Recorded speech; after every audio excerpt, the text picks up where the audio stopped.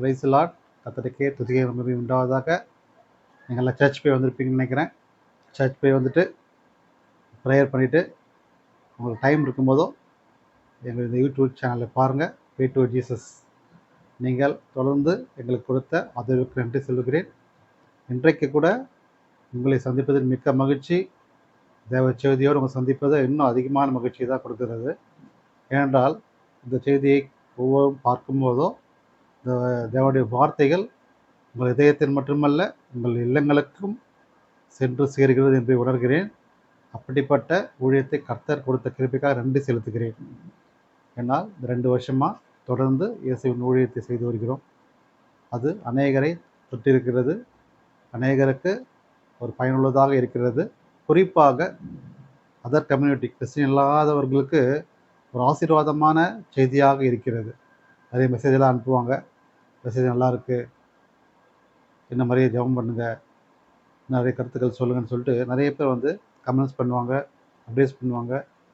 So அதெல்லாம் வந்து அவங்க இயேசு அங்கே டச் ஆகிருக்காரு, அதாவது அவங்க உள்ளத்தில் இயேசு போய் இறங்கியிருக்காருன்றதை நான் உணர்ந்தேன் அவர் கமெண்ட்ஸ் மூலயமாக. இப்போது கூட நம்முடைய வார்த்தைகள் வீட்டுக்கு செல்கிறது இல்லையா, அதாவது அனைவர் வீட்டிற்கும் நான் பேசுகின்ற வார்த்தைகள் செல்கிறது. ஸோ வார்த்தைகள் செல்லும் போது இயேசு வீட்டிற்கு சென்றால் எப்படி இருக்கும், இயேசு எப்படிங்க வீட்டுக்கு செல்வார், அதுதான் நாம் தேவனுடைய மகிமையாக செய்கின்ற ஊழியம்.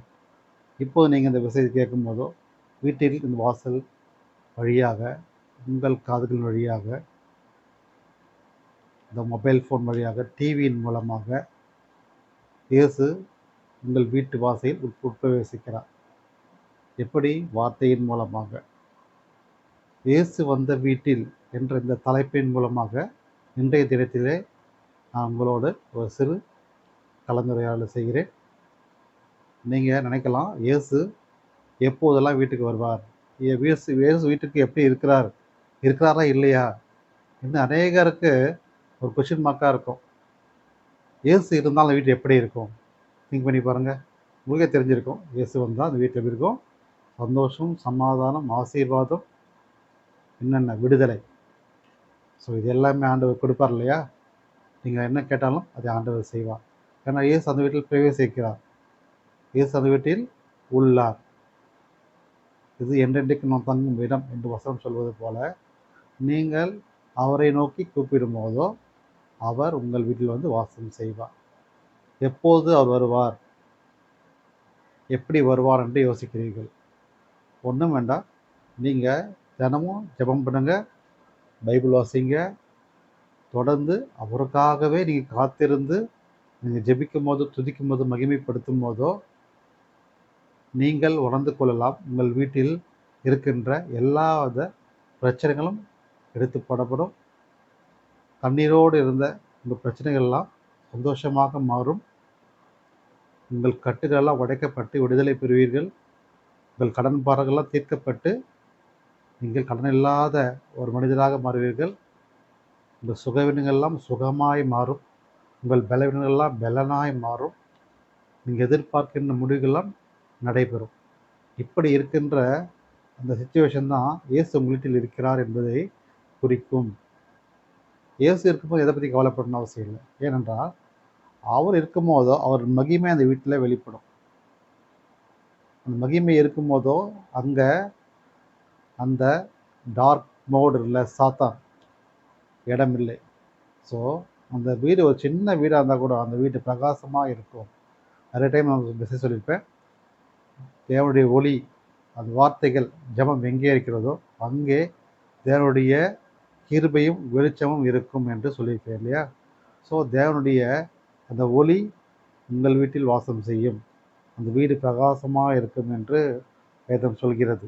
அதே சமயத்தில் இயேசு இல்லாத வீடு எப்படி இருக்கிறது? இயேசு இல்லாத வீடு எப்படி இருக்கும்? உங்களுக்கே தெரிஞ்சிருக்கும். நான் சொன்னதுலேயே ஆன்சரும் இருக்குது. இயேசு இல்லாத வீட்டினா இருள் சூழ்ந்திருக்கும், பாவம் நிறைந்திருக்கும், கஷ்டங்கள், தோல்விகள், கவலைகள், கண்ணீர்கள், மனக்குழப்பங்கள், கடன் பாரங்கள், நோய்கள், பலவீனங்கள் எல்லாமே அந்த வீட்டில் இருக்கும். ஏனென்றால் இயேசு இல்லாத வீடு சாத்தான் குடியிருக்கும் வீடாக இருக்கிறது. அங்கே ஜெபம் இல்லை, துதி இல்லை, மகிமை இல்லாத போதோ அந்த வீட்டில் என்ன நடக்கும்னா சண்டை, பிரச்சனை எனி டைம் இருந்துன்னே இருக்கும். நிம்மதி இல்லாத ஒரு வாழ்க்கையாக தான் இருக்கும். ஒரு கடமைக்கென்று ஜெபம் பண்ணிவிட்டு கடமைக்கென்று போயிட்டு இருந்தால் சாத்தானுக்கு சந்தோஷம்தான். எப்போ அதானே பண்ணுறாங்க, எப்பவும் பண்ணுறது இல்லையே, எப்பவும் தர்றது இல்லைன்னு அவனுக்கு தெரியும். அப்படி இருக்கும்போதோ அந்த இடைப்பட்ட அந்த பெரிய கேப் வழியாக சாத்தான் உள்ளே வந்து இப்படிப்பட்ட பிரச்சனைகளை உண்டு பண்ணுவான். இப்படிப்பட்ட பாடுகள் உண்டு பண்ணி அந்த குடும்பத்தை அழித்து கொண்டு இருப்பான். ஸோ நீங்கள் என்ன செய்யணும்? உங்கள் வாழ்க்கையில் இயேசுவுக்கு இடம் கொடுக்கணும். உங்கள் இதயத்துக்கு இயேசுவுக்கு இடம் கொடுக்கணும். இந்த உலகின் நம்முடைய பாவங்களை தீர்த்து வைக்க தான் மனுஷகுமாரனாக பிறந்து நம்முடைய பாவங்களுக்காக தன்னுடைய உயிரை அவர் கொடுத்தார் இல்லையா? அப்படிப்பட்ட ஒரு மகா பெரிய ஞானியான நம்முடைய கடவுளான இயேசு கிறிஸ்துவை நீங்கள் எப்போது நேசிக்கிறீர்களோ, எப்போது அவர் உள்ளத்தில் வர வைக்கிறீர்களோ, அப்போது முதல் உங்கள் வீடு ஆசீர்வதிக்கப்படும். அதுவரையில் நீங்கள் இப்படிப்பட்ட பிரச்சனைகள், சோதனைகள், கஷ்டங்கள் நிறைந்து தான் இருக்கும். பாருங்க, அதை குறித்து ஒரு சின்ன பாடல். இயேசு வந்த வீட்டில் எப்படி இருக்கும் பாடலாமா? அனைவருக்கும் தெரிந்த ஒரு பழைய பாடல் தான். இயேசு வந்த வீட்டில் சந்தோஷமே, இயேசு வந்த வீட்டில் சந்தோஷமே, இயேசு வந்த வீட்டில் சந்தோஷமே, சந்தோஷமே. இயேசு வந்த வீட்டில் உற்சாகமே, இயேசு வந்த வீட்டில் உற்சாகமே, இயேசு வந்த வீட்டில் உற்சாகமே, உற்சாகமே. இயேசு வந்த வீட்டில் சண்டை இல்லையே, இயேசு வந்த வீட்டில் சண்டை இல்லையே, இயேசு வந்த வீட்டில் சண்டை இல்லையே, சண்டை இல்லையே. இயேசு வந்த வீட்டில் சமாதானமே, இயேசு வந்த வீட்டில் சமாதானமே, இயேசு வந்த வீட்டில் சமாதானமே, சமாதானமே. இயேசு வந்த வீட்டில் தோல்வி இல்லையே, இயேசு வந்த வீட்டில் தோல்வி இல்லையே, இயேசு வந்த வீட்டில் தோல்வி இல்லையே, தோல்வி இல்லையே. பாருங்க, இயேசு வந்த வீட்டில் சந்தோஷம், உற்சாகம், சமாதானம், தோல்வியில்லாத வெற்றி. இயேசு வந்த வீட்டில் வெற்றி. இயேசு வந்த வீட்டில் ஜெயமுடனே, இயேசு வந்த வீட்டில் ஜெயமுடனே, இயேசு வந்த வீட்டில் ஜெயமுடனே, என்றென்றும் ஜெயமுடனே. இது வந்து பாட்டில் இல்லை, இது நானாக பாடுனது தான். ஸோ இயேசு வந்த வீட்டில் எப்போவுமே ஜெயமுடன் தான் இருக்கும், வெற்றியுடன் தான் இருக்கும், சந்தோஷமுடன் தான் இருக்கும் என்று இந்த அழகான ஒரு பாடல். இது ஒரு சின்ன பிள்ளைகளுக்கான பாடல். நீங்கள் ஒவ்வொரு நாளும் இந்த பாட்டு நீங்கள் பாடும்போதோ உங்களுக்குள்ளே இயேசு மகிமையாக வருவார், வெளிப்படுவார். நீங்கள் ஜெபம் பண்ணிவிட்டு பைபிள் வாசித்து விட்டு இந்த பாட்டை நீங்கள் ஒரு கான்ஃபிடென்ட்டோட, ஒரு நம்பிக்கையோடு நீங்கள் அதை பாடும்போதோ, நீங்கள் எவ்வளோ துதிக்கிறீங்களோ அந்த துதியின் சத்தம் கேட்கும் போது தான் இயேசுவின் கிருபையும் மகிமையும் உங்களுக்குள் வெளிப்படும், உங்கள் வீட்டில் வெளிப்படும். உங்கள் வீட்டில் இருள் நீங்கி வெளிச்சம் பிரகாசிக்கும். எத்தனை பேருக்கு உங்கள் வாழ்க்கையில் பிரச்சனைகள், போராட்டங்கள்லாம் உள்ளது? இதற்கெல்லாம் ஒரே தீர்வு இயேசுவை நீங்கள் வீட்டில் வர வைப்பதால் மட்டுமே. அது வர வைப்பதற்காக தான் இந்த செய்தி கூட. எப்படி என்று உங்களுக்கு தெரிஞ்சிருக்கும். தெரியாத திருப்பியும் சொல்கிறேன். இயேசுவை நீங்கள் வர வைப்பதற்கு ஒரே வழி தான். அதுதான் ஒரு உண்மையுள்ள ஒரு வாழ்க்கை. எப்படி வாழணும்? இயேசு கிறிஸ்துவில் வாழ முயற்சிக்க வேண்டும். இந்த வசனம், பைபிள் உள்ள வசனத்தின்படி நீங்கள் வாழ முயற்சிக்க வேண்டும். வெறும் ஜெபம் பண்ணிட்டா மட்டும் போதாது, பைபிள் வாசித்தா மட்டும் போதாது. அதன்படி நடக்கிறவர்களாக இருப்பதால் தான் உங்களால் இயேசுவை வீட்டிற்கு கூப்பிட முடியும். நீங்கள் கூப்பிடவே தேவையில்ல, அவரே வந்துடுவார். நீங்கள் எப்படி இருக்கின்ற பார்த்து அவரே வந்துடுவார். அப்படிப்பட்ட நம்முடைய இயேசு. ஏனென்றால் நாம் பிறப்பதற்கு முன்பதாகவே நம்மளை அறிந்திருக்கிறார் இல்லையா? அப்போது இருக்கும்போதோ நாம் என்ன எப்படி இருக்கிறோன்ட்டு அவருக்கு தெரியும் இல்லையா? அவருடைய கண்கள் நம்மேல் எப்பவுமே நோக்கமாக இருக்கிறது. ஏன்னா கண்மலை எப்போ நம்மளை பாதுகாத்து வருகிறார். அது கிறிஸ்டின் மட்டும் இல்லை, எல்லாருக்குமே அவரை தேடுகின்ற எல்லாருக்குமே கண்மணியைப் போல, கண்ணை எமை காப்பது போல, எப்படி இந்த கண்ணு நம்ம இமை காத்திருக்கு இல்லையா, அதே போல நம்மளை பாதுகாத்து கொண்டிருக்கிறார் நம்முடைய இயேசு கிறிஸ்து. ஸோ நீங்கள் உங்கள் வாழ்க்கையில் அவரை நம்பி போனவர்கள் என்றுமே தோல்வி என்பதே இல்லை. என்றுமே ஜெயம் மட்டும்தான், வெற்றி மட்டும்தான். அநேக சாட்சிகள் உள்ளது. என் வாழ்க்கையில் கூட பார்த்தீங்கன்னா எத்தனையோ பிரச்சனைகள், போராட்டங்கள் வந்து சென்று கொண்டு தான் இருக்கிறது. இப்போது கூட இருந்து கொண்டு தான் இருக்கிறது. ஆனாலும் என் உள்ள மகிழ்ச்சியும் சமாதானத்தோடு தான் இருக்குது. காரணம், எனக்குள்ளே இயேசு இருப்பதால் தான். எனக்கு எத்தனை பிரச்சனைகள், போராட்டங்கள் இருந்தாலும், எத்தனை தோல்விகள் இருந்தாலும், ஆனால் என்றைக்காவது ஒரு நாள் நம்முடைய கர்த்தராகிய இயேசு கிறிஸ்து எனக்கு வெற்றியை கொடுப்பார். நாம் எதிர்பார்த்த நிறைவேற்றுவார் என்று எனக்கு நம்பிக்கை அதிகமாக இருக்கிறது. காரணம், எனக்குள்ளே இயேசு இருக்கிறார், என்னை வழிநடத்துவார், எனக்கு சரியான வழிகாட்டி, என்னை சரியான நேரத்தில் தலையை உயர்த்துவார் என்று எனக்கு தெரியும். இயேசுக்கு தெரியாதா? இப்போ நம்மளே உணர்ந்து கொள்வோம் இல்லையா? இயேசு நம்மோடு இருக்கும்போதோ நம்முடைய வாழ்க்கையை எப்படி நடத்த வேண்டும், எப்படி இருக்க வேண்டும் என்று அவருக்கு தெரியும் இல்லையா? ஏனென்றால் நம்ம யார் என்றது முன்பே அறிந்திருக்கிறார் இல்லையா? அப்படித்தான் நம்முடைய ஆண்டவர், நம்முடைய ஜெபங்களை ஆண்டவர் கேட்டு நமக்காகவே அவர் இருக்கிறார். பாருங்க, நீங்க என்றைக்காவது பேசும் தெய்வத்தை நீங்க பார்த்துருக்கீங்களா?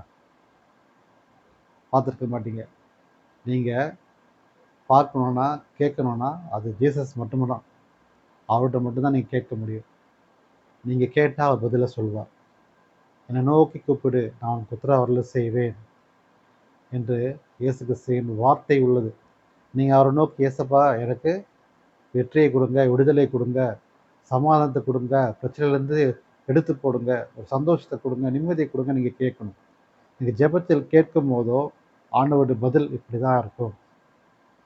நான் உங்களுக்கு இளைப்பாறுதல் தருவேன். நான் உங்களோடு இருந்து உங்களை பாதுகாப்பேன். ஆபத்து காலத்தில் என்னை நோக்கி கூப்பிடு வசனம் சொல்கிறது இல்லையா? அது வெறும் வார்த்தை அல்ல, தேவனுடைய ஒரு வல்லமையான கிரியை. ஆபத்து காலத்தில் அவர் நோக்கி கூப்பிடும் போதோ யாரும் வரமாட்டாங்க. அம்மாவோ, அப்பாவோ, தம்பியோ, தங்கச்சியோ, அக்காவோ, உடன்பிறப்புகளோ அல்லது சொந்தங்களோ, பந்தங்களோ யாருமே வந்தாலும் நிரந்தரமாக இருக்க மாட்டாங்க. இறுதி வரை நிரந்தரமாக இருக்க வேண்டிய ஒரே ஒருவர்னா அது நம்முடைய கர்த்தராகிய இயேசு கிறிஸ்து மட்டுமே. நீங்கள் அவரை நோக்கி கூப்பிடும்போது அவர் 100% உங்களுக்கு ஒரு ஆசீர்வாதத்தை கொடுப்பார். யார் உன்னை மறந்தாலும், தாய் கூட உன்னை மறந்தா கூட நான் உன்னோடு இருப்பேன் என்று வசனம் சொல்கிறது. நீங்க அவரோடு இருக்கும்போது அவர் உங்களோடு இருந்து அவர் உங்களை ஆசீர்வதிப்பார். பாருங்க, பெற்ற பிள்ளைகள் கூட தாயை கூட மறந்து விடுவார்கள். ஆனால் நம்மை படைத்த ஆண்டவர் நம்மளை என்றும் மறக்காமல் என்றென்றும் நிலைத்திருப்பார். அதுதான் வசனம் சொல்வது, யார் உன்னை மறந்தாலும் நான் உன்னை மறவேன். யார் சொல்ல முடியும் பாருங்க? இதெல்லாம் அவர் சொன்ன வார்த்தை, இதெல்லாம் அவர் பேசுகின்ற வார்த்தை. அதுதான் நான் சொன்ன பேசும் தெய்வம்.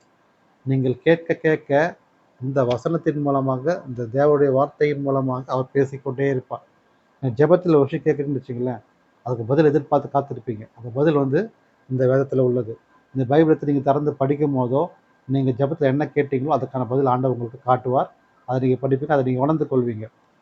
சில சமயங்களில் எச்சரிக்கையாக இருக்கலாம், சில சமயம் ஆசீர்வாதமாக இருக்கலாம், சில சமயங்களில் நமக்கு சந்தோஷமுள்ளதாக கூட இருக்கலாம். எத்தனையோ விஷயங்கள் ஆண்டவர் உணர்த்தும். அதெல்லாமே நன்மைக்காக தான் நம்ம நினைக்கணும். எப்பவுமே அது தீமைக்காகவே இருக்காது. எச்சரிக்கை வரும்போது நீங்கள் பயந்து பயந்து, ஐயோ இதாக சொல்லிட்டாங்களே, வசனம் வசனம் வந்துடுச்சே, நம்ம என்ன பண்ணுறதுன்னு யோசிப்பீங்க. ஆனால் அதெல்லாம் ஒரு நன்மைக்காக தான். நம்ம எல்லாம் நன்மைக்காக தான் எடுத்துக்கணும். எச்சரிக்கைக்கும் நன்மைக்காக தான். சரியா? ஸோ அப்படி நீங்கள் எடுத்து அவரை விசுவாசித்து நீங்கள் வாழ வேண்டும். விசுவாசத்தில் ஐக்கியப்பட்டு நீங்கள் வாழும்போது தான் இயேசு நம்மோட வீட்டில் என்றென்றுக்கு நிறைந்திருப்பார். டெம்பரரி இல்லை, பெர்மனெண்ட்டாக. நீங்கள் ஜெபம் பண்ணிட்டு விட்டுட்டீங்கன்னா அவர் போயிடுவார், வருவார். ஆனால் நீங்கள் எல்லாம் கிடைச்ச பிறகு அவரை மறந்துட்டீங்கன்னா அவர் உங்களோடு இருக்க மாட்டார். என்றைக்கு எவன் ஒருவன் வீட்டில் ஜெபமும் துதியும் மகிமையும் இருக்கிறதோ அங்கு இயேசு நிச்சயமாக இருப்பார். துதியின் சத்தம் கேட்கும் இடத்தில் அவருடைய ஒளியும், அவர் மகிமையும், அவர் கிருபையும் என்னென்றைக்கு நிலைத்திருக்கும். எங்கே 2-3 பேர் கூடி அவரை ஜெபிக்கிறார்களோ, அவரை கூப்பிடுகிறார்களோ அதன் நடுவிலே இயேசு வாசம் செய்வார். நீங்கள் ஒருத்தராக இருக்கலாம், 2 பேராக இருக்கலாம், 3 பேராக இருக்கலாம். நீங்கள் ஜெபம் பண்ணுங்கள், நீங்கள் கேளுங்க. அவர் உங்கள் நடுவிலே இருந்து உங்கள் ஜெபத்தை கேட்டு உங்களை ஆசீர்வதிப்பார். அந்த நிமிஷமே ஆசீர்வாதத்தை கொடுப்பார். நீங்கள் இதை உணர்ந்து கொள்ளலாம். நான் ஏதோ சும்மா சொல்லலை. இதே நான் நிறைய சாட்சிகள் மூலம் தெரிந்து கொண்டேன். என் வாழ்க்கையில சாட்சிகள் நிறைய உள்ளது. நீங்கள் தெரிஞ்சிருப்பீங்க. ஸோ நீங்கள் அதை உணர்ந்து கொண்டு அதன்படி நீங்கள் நடக்கும்போதோ, இயேசுவை நீங்கள் விசுவாசிக்கும் போதோ, அதில் ஐக்கியப்படும் போதோ, அவரை நேசிக்கும் போதோ, அவரை துதிக்கும் போதோ, மகிமைப்படுத்தும் போதோ, அவருடைய கிருபையும் அவருடைய வல்லமையும் உங்கள் மேல் என்றென்றைக்குமே இருக்கும். அதான் வசனம் சொல்கிறேன். நீ நடக்க வேண்டிய வழியை உனக்கு நான் காட்டுவேன். உன்மேல் என் கண்ணை வைத்து உனக்கு ஆலோசனை செய்வேன். நான் உன்னை விட்டு விலகுவதும் இல்லை, உன்னை கைவிடுவதும் இல்லை. பாருங்க எவ்வளோ அருமையான வார்த்தைகள். உன்மேல் என் கண்ணை வைத்து உனக்கு ஆலோசனை செய்வேன். நான் உன்னை விட்டு விலகுவதும் உன்னை கைவிடுவதும் இல்லை. இதெல்லாம் எத்தனையோ பேர் சொல்லுவான். நான் எப்பவும் உன் கூட தான் இருப்பேன், கடைசி வரைக்கும் இருப்பேன், என் உயிரே உனக்காகத்தான். எத்தனையோ பேர் டைலாக் பேசுவாங்க. ஆனால் கடைசி வரைக்கும் இருந்தாலும் இருக்க மாட்டாங்க. ஆனால் இயேசுவின் இந்த வார்த்தைகள் 2000 வருஷம் கூட எழுதப்பட்ட வார்த்தைகள் இன்றைக்குமே நாம் படித்து கொண்டிருக்கிறோம், அதை உணர்ந்து கொண்டிருக்கிறோம், அதை நடந்து கொண்டிருக்கிறது. இயேசு மகிமையாக நம்மோடு இருக்கிறார் இல்லையா? அவருடைய வார்த்தைகள் என்றைக்குமே பொய்யாகாது. இறுதி வரை சொன்ன இல்லையா, தாய் உன்னை மறந்தால் கூட இயேசு உங்களை எப்போதுமே கரம் சேர்ப்பார், உங்களோடவே இருப்பார். நீங்கள் அதனால் எதை குறித்து கவலைப்படாதீங்க. அவருக்கு நீங்கள் விசுவாசத்தோடு நீங்கள் ஜெபத்தில் இருந்தீங்கன்னா உங்களுக்கு ஆலோசகராக இருப்பார், உங்கள் வழிகாட்டுவார், உங்கள் துணையாக இருப்பார், உங்களை என்றும் விலகாமல் இருப்பார். நான் உன்னை விட்டு விலகுவதும் இல்லை, உங்களை கைவிடுவதும் இல்லை. ஆனால் இன்றைக்கு அநேக அந்த பாவத்தின் விழுந்துவிட்டு அதில் வெளியே வர முடியாமல் தவிர்த்து கொண்டிருக்கிறார்கள். எத்தனையோ பொய்கள் மூலமாக, எத்தனையோ அழிவுகள் மூலமாக இன்றைய இளைய சமுதாயம் அழிந்து கொண்டிருக்கிறது. அதில் விடுதலை பெற வேண்டும் என்றால் நாம் இயேசு கிறிஸ்துவை ஏற்றுக்கொள்ள வேண்டும், அவர் வழியில் நடக்க வேண்டும். அப்படி நீங்கள் யாராவது பார்த்தீங்கன்னா அவங்களுக்கு இயேசுவின் வார்த்தைகளை சொல்லுங்கள், அவர்களுக்கு ஒரு மாற்றத்தை கொடுங்க. மத மாற்றம் இல்லை, மனமாற்றத்தை கொடுங்க. நீங்கள் அவரை இயேசுக்குள்ளே கொண்டு வாங்க. இயேசு யார் என்றதை உணர்த்துங்க. அதுதான் நீங்கள் செய்கின்ற ஊழியம். இயேசு யார் என்று சொன்னால் போதும், அவர் மகிமை என்னவென்று சொன்னால் போதும். இயேசு மிச்சமெல்லாம் பார்த்துப்பார். நீ இதை பற்றி கவலைப்படாதப்பா, என்னை நோக்கி கூப்பிடு, நான் உனக்கு உத்தரவு செய்வேன். உன் மேல் கண்ணை வைத்து உனக்கு ஆலோசனை சொல்வேன். நான் உன்னோடு இருந்து நான் செய்யும் காரியம் பயங்கரமாக இருக்கும். நான் உன்னை விட்டு விலகுவதும் இல்லை, உன்னை கைவிடுவதும் இல்லை.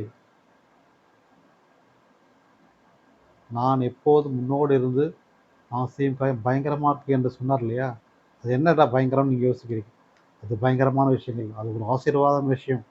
சாத்தானை எதிர்த்து நம்மளை பாதுகாக்கின்ற விஷயம், ஆசீர்வாதங்களை கொடுக்கின்ற விஷயம், விடுதலை கொடுக்கின்ற விஷயம், இன்னும் எத்தனையோ விஷயங்கள் அந்த பயங்கரமான என்ற வார்த்தைக்கு அர்த்தம் உள்ளது. ஸோ நீங்கள் எதை குறித்தும் கவலைப்பட தேவையில்லை. நீங்கள் அவர் வழியில் நடந்து அவர் போதனைகளை கேட்டு நீங்கள் ஜெபத்தில் விசுவாசத்திலே ஐக்கியப்பட்டு உங்கள் வாழ்க்கையை பயணிப்பீமானால் உங்கள் வாழ்க்கை நல்ல முழுதாக இருக்கும், ஆசீர்வாதமான வாழ்க்கையாக இருக்கும். அதில் சாத்தானுக்கு இடமே கிடையாது. நீங்கள் ஒவ்வொரு நாளும் ஜெபத்தில் இருக்கும் போதோ, ஒவ்வொரு நாள் ஜெபித்து விட்டு படுக்கும் போதோ, எழுந்திருக்கும் போதோ நீங்கள் ஜெபத்தில் இருந்தீங்கன்னா, ஜெபம் செய்து வெளியே போனீங்கன்னா, திருப்பி வீட்டுக்கு வந்து ஜெபிச்சிட்டிங்கன்னா, சாப்பிடும் போதோ வெளியே போகும்போதோ ஏதாவது ஒரு விஷயத்தை செய்வதற்கு முன்பதாக, அல்லது எக்ஸாம் எழுதும் போதோ, வேலைக்கு போகும்போதோ, வேலைக்கு சென்று சேர்ந்த பிறகும், ஒரு நல்ல காரியம் செய்வதற்கு முன்பதாகவோ, செய்துவிட்ட பிறகு நன்றி செல்வதோ, இது எல்லாம் நீங்கள் தொடர்ந்து செய்தீங்கன்னா எந்த ஒரு காரியத்திலும் இயேசுவை விட்டு கொடுக்காம அவரை முன் வைத்து நீங்கள் செய்வீங்கன்னா இயேசுவின் கிருபையும் மகிமையும் பலனும் ஆசீர்வாதமும் ஒளியும் பிரகாசமும் நிறைந்திருக்கும். எங்கு? உங்களுடைய வீட்டிலே, உங்களுடைய உள்ளத்திலே, உங்களுடைய குடும்பத்திலே, உங்கள் பிள்ளைகளிடத்திலே அது என்றும் ஜெயமாக இருக்கும். இயேசு வந்த வீட்டில் மகிழ்ச்சி தானே, சமாதானம் தானே, அது உங்களுக்கு வேணும் இல்லையா? அதற்காகத்தான் இன்றைய வார்த்தைகள் கூட. இயேசு வந்த வீட்டிலே சந்தோஷம், சமாதானம், ஆசீர்வாதம், வெற்றி. ஸோ சாத்தான் அங்கே உள்ளே வரக்கூடாது. அதற்காகத்தான் நீங்கள் செய்ய வேண்டியது ஜெபம். நீங்கள் ஜெபிக்கின்ற அந்த ஜெபம் தான் சாத்தானை தடுக்க முடியும். நீங்கள் ஜெபிக்கின்ற அந்த துதி தான் சாத்தானை அழிக்க முடியும். நீங்கள் வேண்டுகின்ற அந்த வார்த்தை தான் சாத்தானை காணாமல் செய்ய முடியும். மீண்டும் உங்கள் வாழ்க்கையில் வராதபடி உங்களுக்கு விடுதலை கொடுப்பதற்காக தான் இயேசு கிறிஸ்துவின் வார்த்தை உள்ளது. ஸோ நீங்கள் சாத்தான் வேணுமா, இயேசு வேணுமா? சாத்தான் வேணும்னா நீங்கள் உங்கள் வேலையை பார்க்கலாம், மெசேஜ் பார்க்க தேவையில்லை, நீங்கள் எதுவும் பண்ண தேவையில்லை. நீங்கள் உலக காரியத்தில் இருக்கலாம். ஆனால் அதில் சந்தோஷம் இருக்காது, சமாதானம் இருக்காது, ஆசீர்வாதம் இருக்காது, எதுவுமே இருக்காது. இறுதியில் ஒன்று இருக்கும், அதுதான் அந்த நரகம். நரகம் உங்களுக்காக காத்திருக்கும். நீங்கள் அங்கே சென்று இளைப்பாறலாம். ஆனால் நீங்கள் இயேசுவிடத்தில் ஒவ்வொரு நாளும் ஜெபத்தாலும் துதியாலும் மகிமையாலும் அவரோடு நீங்கள் இருப்பீர்களானால் அந்த வீட்டிலே இயேசு வாசம் செய்வார். இயேசு வந்த வீட்டில் சந்தோஷம், சமாதானம், ஆசீர்வாதம். அப்படி இருக்கும்போதோ உங்களுடைய இறுதி நாட்கள் பரலோகம். பரலோகத்தில் வாசல் திறந்திருக்கும். அங்கே இயேசுவின் மடியில் நீங்கள் இருப்பீர்கள் இல்லையா? நமக்கு 1000 பிரச்சனைகள் இருக்கலாம். அது எல்லாவற்றையும் இயேசு ஒருவரால் மட்டுமே மாற்ற முடியும். நான் பார்த்துக்கிறேன்ப்பா, நீ சும்மா இரு, வசனம் சொல்கிறது. எல்லாம் நான் பார்த்துக்கிறேன், நீங்கள் சும்மா இருப்பீர்கள். இதெல்லாம் யார் சொல்லுவாங்க? யாராவது சொல்லுவாங்களா? அப்படி இந்த உலகத்தில் யாருமே சொல்ல மாட்டாங்க. ஆனால் இயேசுக்கு சொல்லியிருக்காரு, நீங்கள் எதை குறித்து கவலைப்படாதீர்கள். உங்கள் விண்ணப்பத்தையும் உங்கள் கவலைகளும் ஸ்தோத்திரத்தோடு ஜெபத்தோடு எனக்கு தெரியப்படுத்துங்க. லெட்டர் எழுதலை, ஜெபத்தில் தெரியப்படுத்துங்க. ஜெபம் கூட லெட்டர் தான். நீங்கள் ஜெபத்தில் நீங்கள் சொல்லும் போதும் அந்த லிங்க்கு இயேசுகிட்ட போய் சேரும். அப்படி சேர்ந்த பிறகு உங்கள் வாழ்க்கையில் ஒரு பிரகாசமான ஒளி வரும் பாருங்கள். அந்த ஒளி இருளை அடித்து போடும், சாத்தானை எடுத்து போடும், உங்கள் பிரச்சனைகளை காணாமல் போக செய்யும். அப்படிப்பட்ட ஒளி தான் நம்முடைய கர்த்தராகிய இயேசு கிறிஸ்துவின் மெய்யான ஒளி. ஏன்னா அவரே வழியும் சத்தியும் ஜீவனுமாக இருக்கிறார். அவரை விசுவாசிக்கிறவர் மரித்தாலும் பிழைப்பான். கர்த்தர் மேல் நம்பிக்கை வைக்கிற மனுஷன் பாக்கியவான். வசனம் சொல்கிறது. நீங்கள் பாக்கியவானாக இருக்கணுமா? இயேசு வீட்டில் வரணுமா? நீங்கள் அவர் வழியில் போங்க, அவர் விசுவாசிங்க, ஐக்கியப்படுங்க. கிறிஸ்துவ மக்களுக்கு சொல்லணும்னா, இயேசு வந்த வீட்டில் சந்தோஷம், சமாதானம் உங்கள் வீட்டில் இருக்குது இல்லையா? அதே போல் எத்தனையோ இயேசு அறியாத மக்கள் வீட்டில் இயேசு போகணும் இல்லையா? நீங்கள் என்ன செய்யுங்க? போய் இயேசுவின் வார்த்தைகளை சொல்லுங்கள்.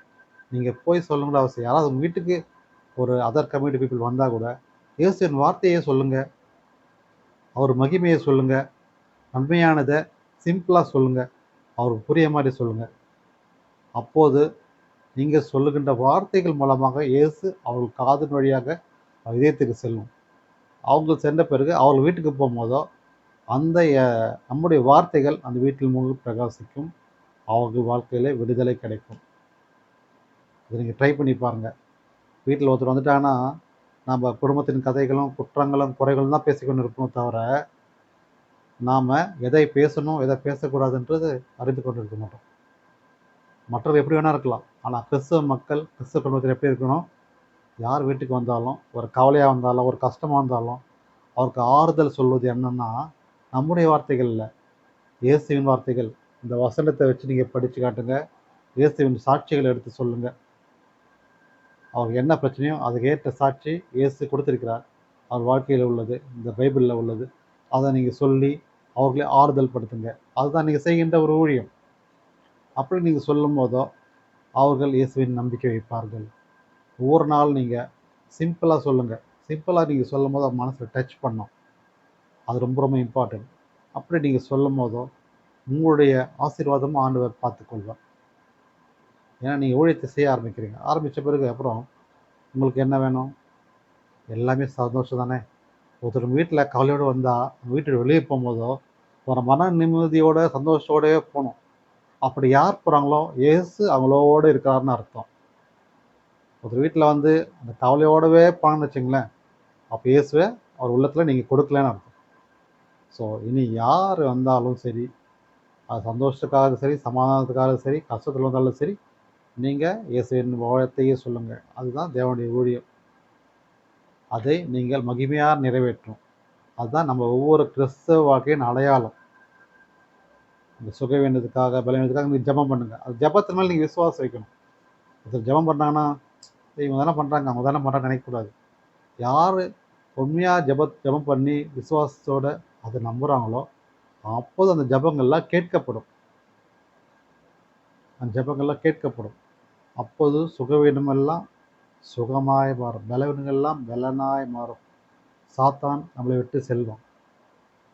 இன்றைக்கு அநேக மக்கள் அவ்விசுவாசத்திலே வாழ்ந்து வருகிறார்கள். நாம் ஜெபம் பண்ணியிருக்கிறோம், நடக்குமா? இன்னும் சரியாகலையே, இன்னும் இது ஆகலையேன்னு சொல்லி புலம்பிக் கொண்டிருக்கிறோம். அப்படி புலம்பிக் கொண்டிருப்பது கூட ஒரு அவிசுவாசமான ஒரு வாழ்க்கை தான். அப்படிலாம் நாங்கள் இல்லாமல், நீங்கள் ஜெபம் பண்ணிட்டு விசுவாசத்தில் நீங்கள் காத்திருக்கணும். அப்போது தான் ஆண்டவர் விசுவாசத்தோடு நீங்கள் இருக்கும்போது தான், அந்த நம்பிக்கையோடு இருக்கும்போது தான் அவருடைய மகிமை வெளிப்படும். ஓகேவா? நீங்கள் அதை புரிஞ்சுக்கணும். ஸோ எடுத்த உடனே டக்கு டக்குன்னு நடக்கும்ன்றது எதிர்பார்க்கக்கூடாது. உங்கள் ஜெபத்தில் நீங்கள் விசுவாசம் வச்சிருக்கீங்களான்றது ஆண்டவர் சோதிப்பார். எத்தனையோ விஷயம் நம்ம சோதிக்கிறான் இல்லையா மனுஷன்? யாரும் நம்புறதில்ல இல்லையா? அப்படி இருக்கும்போது நம்முடைய ஆண்டவர் நீங்கள் உண்மையாக ஜெபிச்சுட்டு இருக்கீங்க. அந்த ஜெபத்திற்கு நாம எப்படி இருக்கோம்? இவன் நம்ம உண்மையால விசுவாசம் வச்சிருக்கிறான்றத அவர் சோதித்து அறிவார் தான். ஏன்னா வல்லமையுள்ள தேவன் இல்லையா? சாதாரணமாக நீங்கள் எடை போடக்கூடாது. நம்ம ப்ரேயர் பண்ணணும், அவர் பார்த்துப்பாரு அப்படி போயிடக்கூடாது. ஜெபத்தில் உறுதியாக இருக்கணும், நம்பிக்கையோடு இருக்கணும், காத்திருக்கணும். அப்படி இருக்கும்போது தான் ஆண்டவர் மகிமை வெளிப்படும். நீங்கள் கேட்பதற்கு மேலானதை அவர் கொடுப்பார். அது இடையில சொல்லியிருப்பேன், உங்கள் திட்டம் ஒன்றாக இருக்கும், ஆனால் தேவனுடைய திட்டம் வேறு. நீங்கள் இது இவ்வளோ இருந்தால் போதும்னு நினச்சிருப்பீங்க. இங்கே இது இருந்தால் போதும், இங்கே போனால் போதும்னு நினச்சிருப்பீங்க. ஆனால் ஆண்டவர் விடுத்து அது இல்லை. உன்னை இடமே இருக்கிற இடமே வேறு. உன்னை எங்கே வைப்பேன் அங்கே வைப்பேன். அவருடைய பிளான் வேறு. நீ சின்னதுக்கு ஆசைப்படுறீங்க, அவர் பெருசாக கொடுப்பார் உங்களுக்கு. எப்படி கொடுப்பாரு? அவரை நீங்கள் ஏற்றுக்கொண்டு அவர் வழிகளில் நீங்கள் நடக்கும்போதோ, அவரை நீங்கள் வழியில் அவர் வார்த்தைகளை பின்பற்றி நடக்கும்போது தான் அது கிடைக்கும். நீங்கள் விசுவாசத்தில் ஐக்கியப்பட்டு அனுதினமும் ஆண்டவரை தேட வேண்டும், ஜெபிக்க வேண்டும், மகிமைப்படுத்த வேண்டும், பைபிளை வாசிக்க வேண்டும். அதை மட்டும் பார்த்தா அதுபடி நடக்க முயற்சி செய்ய வேண்டும். அதான் ரொம்ப இம்பார்ட்டன்ட். நீங்கள் ஜெபம் பண்ணிட்டேன், பைபிள் படிச்சிட்டேன், என் வேலை முடிஞ்சிச்சின்னு இருக்கக்கூடாது. அந்த வார்த்தையுமே நடக்க முயற்சி செய்யுங்க. எத்தனை பேர் நடக்கிறீங்க அந்த மாதிரி? பொய் சொல்லக்கூடாது, புறம் பேசக்கூடாது, நன்மையானதை செய்யணும், விட்டு கொடுக்கணும்னு யாராவது சொல்கிறாங்க, வசனம் சொல்லுது இல்லையா? அதை நம்ம படிச்சிருக்கோம் இல்லையா? அப்படி நடக்கிறோமா? கண்டிப்பாக இருக்காது. எத்தனை பேர் அப்படி ஒவ்வொரு நாளும் பொய் சொல்லாமல், அடுத்தவங்க குறை சொல்லாமல் இருக்கீங்களா? கண்டிப்பாக எல்லாம் சொல்லின்னு தான் இருப்பீங்க, செஞ்சு தான் இருப்பீங்க. ஸோ அது இயேசுவின் போய் வார்த்தைங்களா? இல்லை. வசனம் படிப்போம், அதோட அது ஸ்டாப் ஆகுது. நீங்கள் வசனத்தை போய் நடக்க முயற்சி செய்யுங்க. முடிஞ்ச அளவுக்கு உண்மையை சொல்லுங்கள். யாராவது அட்வைஸ் பண்ணால் ஏற்றுக்குங்க. யாரையும் புறம் சொல்லக்கூடாது, யாரையும் திட்டக்கூடாது, யாரும் சாபம் கொடுக்கக்கூடாது. முடிஞ்ச அளவுக்கு ஆசீர்வாதத்தை தான் கொடுக்கணும். யாராவது நம்ம தவறாக பேசுகிறாலும் ஆசீர்வாதத்தை கொடுங்க, அவளை மாற்றுங்கன்னு சொல்லுங்கள். அதுதான் தேவனுக்கு நீங்கள் செய்கின்ற ஒரு ஊழியம். நீங்கள் பைபிள் படிப்பதற்கான அர்த்தமும் அதுதான் இருக்குது. அப்போது உங்கள் ஜெபங்களும் கேட்கப்படும். நீங்கள் எப்படி ஜெபிச்சாலும் ஆண்டவர் கேட்பார். ஏன்னா நீ உண்மையுள்ள ஒரு ஊழியக்காரனாக இருக்கிற. அவர் வார்த்தைக்கு எப்படி நடக்கும்போதோ நீங்கள் பண்ணுற ஜெபம் ஒரு வல்லமையான ஜெபமாய் மாறும். நீங்கள் தொட்டு கைகால தொட்டு ஜெபம் பண்ணாலே போதும், பரிபூர்ண சுகத்தை ஆண்டவர் கொடுப்பார். அதற்கு நீங்கள் நம்பிக்கை வைத்து விசுவாசத்தோடு வைக்கணும். நம்பிக்கை வைக்கலைன்னா போதும், சாத்தம் உள்ளே வந்துடுவான். உள்ளே வந்து எல்லாத்தையும் தடுத்து போட்டுருவான். ஸோ நீங்கள் நம்பிக்கையில் விசுவாசத்தில் ஐக்கியப்பட்டு தேவன் வாக்கு இப்படி நடக்க வேண்டும். இயேசு உங்கள் வீட்டில் வரும்போதோ அவர் இருக்கும்போதோ அவரை கெட்டியாக பிடிச்சிங்க, அதை விட்டுறாதீங்க. அது விடாமல் இருக்கணும்னா நீங்கள் தினமும் வீட்டில் ஜெபம் பண்ணுங்கள். இயேசு வந்து வீட்டில் என்றைக்குமே சந்தோஷம்தான், சமாதானம் தான், ஆசீர்வாதம் தான். அவர் கிருபை என்றென்றே உங்களோடு இருந்து வழி நடத்தும். இயேசு கிறிஸ்து மகிமை உண்டாவதாக. நாம் ஜெபம் செய்வோம். ஸ்தோத்திரம் கர்த்தாவே, இதோ இந்த புதிய நாளுக்கு நன்றி துதிக்கிறேன் கர்த்தாவே. இந்த நாளில் கூட சாமி, இதோ இந்த செய்தியை கேட்கும் போது கூட கர்த்தாவே, நீர் என்னோடு இருக்கிற விசுவாசிக்கிறேன் கர்த்தாவே. சாமி, இயேசு வந்த வீட்டில் சந்தோஷம், சமாதானம், ஆசீர்வாதம், வெற்றி என்றென்றும் நிலைத்திருக்கும் என்று விசுவாசிக்கிறேன் கர்த்தாவே. சாமி, செய்தியை கேட்கும் போதோ நீர் அந்த வீட்டில் உங்கள் வார்த்தையாக சென்று அந்த இருளிருந்த சூழ்நிலை விலகி ஒரு வெளிச்சத்தை கொடுக்க முடியாது ஜெபிக்கிறேன் கர்த்தாவே. சாமி, நீர் அந்த வீட்டில் இருக்கின்ற ஒவ்வொரு நிமிடமும் ஒவ்வொரு நேரமும் அந்த வீட்டில் சந்தோஷம் தான், சமாதானம், மகிழ்ச்சி நிறைந்திருக்கின்ற விசுவாசிக்கின்ற கர்த்தாவே. இன்றைக்கு எத்தனையோ மக்கள் பாவத்தில் விழுகிற கர்த்தாவே, சுகவீனமாக இருக்கிற, பலவீனமாக இருக்கிற கர்த்தாவே, அவர்களுக்கு சுகத்தை கொடுங்க, பலத்தை கொடுங்க, ஆசீர்வாதத்தை கொடுப்பீராக சாமி. இயேசு வந்து வீட்டில் எப்போதுமே சந்தோஷம் இருக்க வேண்டும், சமாதானம் இருக்க வேண்டும் கர்த்தாவே. நீர் அந்த சந்தோஷத்தை கொடுப்பீர் என்று விசுவாசிக்கிறேன் கர்த்தாவே. உம்முடைய மகிமை ஒவ்வொரு வீட்டிலும் இறங்கும்படியாக ஜெபிக்கிறேன் கர்த்தாவே. இந்த செய்தியை கூட சாமி கேட்கும்போதோ கேட்கின்ற ஒவ்வொருவருக்கும் அவருக்குள்ளே இறங்கி அந்த வீட்டில் நீர் வாசம் செய்வீர் என்று விசுவாசிக்கிறேன் கர்த்தாவே. நீர் ஆசீர்வாதங்க, வழிநடத்துங்க. இந்த செய்தி கேட்டுன்ற ஒவ்வொரு குடும்பத்திற்காகவும் பிள்ளைகளுக்காக ஜெபிக்கிறேன் சாமி. தொடர்ந்து எங்கள் ஊழியத்தை ஆசீர்வதிங்க. இந்த ஊழியத்திலே நீர் வந்து நிறைவானதை கொடுக்கும்படியாய், மகிமையாய் இறங்கும்படியாய், எங்கள் தேவைகளாக சந்திக்கும்படியாக ஜெபிக்கிறேன் கர்த்தாவே. ஆம் சாமி, எங்களுக்குள் அநேக தேவைகள் உள்ளது கர்த்தாவே. அந்த தேவைகளெல்லாம் நீ சந்திப்பீர், விசுவாசிக்கிறேன் கர்த்தாவே. நீ நிச்சயமா எங்களுக்காக யாவற்றையும் செய்து முடிப்பேன் விசுவாசிக்கிறேன் கர்த்தாவே. ஆம் சாமி, கர்த்தர் மேல் நம்பிக்கை வைக்கிற மனுஷன் பாக்கியவான் என்று வாக்கின்படி கர்த்தாவே, நீர் எனக்கு பாக்கியவானாக கொடுப்பீர் என்று விசுவாசிக்கிறேன் கர்த்தாவே. உம்மை நம்பிக்கிறேன் கர்த்தாவே, விசுவாசிக்கிறேன் கர்த்தாவே. நாங்கள் எப்போதும் உங்களோடு இருந்து வழிநடத்தும் கர்த்தாவே. இந்த நன்மைகள், இந்த ஈவுகள், இந்த ஜெபங்கள் எல்லாவற்றையும் ஒருவருக்கே செலுத்துகிறேன் கர்த்தாவே. மீட்பர் இயேசு கிறிஸ்து மூலம் வேண்டுகிறேன் நல்ல பிதாவே. ஆமென். என் ஆத்துமாவே கர்த்தரை ஸ்தோத்திரி, என் முழுவதும் பரிசுத்த நாமத்தை ஸ்தோத்திரி. என் ஆத்துமாவே கர்த்தரை ஸ்தோத்திரி. கர்த்தர் செய்த சகல உபகாரங்களையும் மறவாதே. ஆமென். Praise the Lord. கர்த்தருக்கே துதி மகிமை உண்டாவதாக. மீண்டும் உங்களை சந்திக்கும் வரை நீங்கள் சந்தோஷமா இருங்க, சமாதானமா இருங்க. இயேசு உங்கள் வீட்டில் வருவார். வெயிட் பண்ணுங்க, ஜெபத்தில் இருங்க. இயேசு உங்கள் வீட்டில் நிச்சயமாக வருவார். ஆமென்.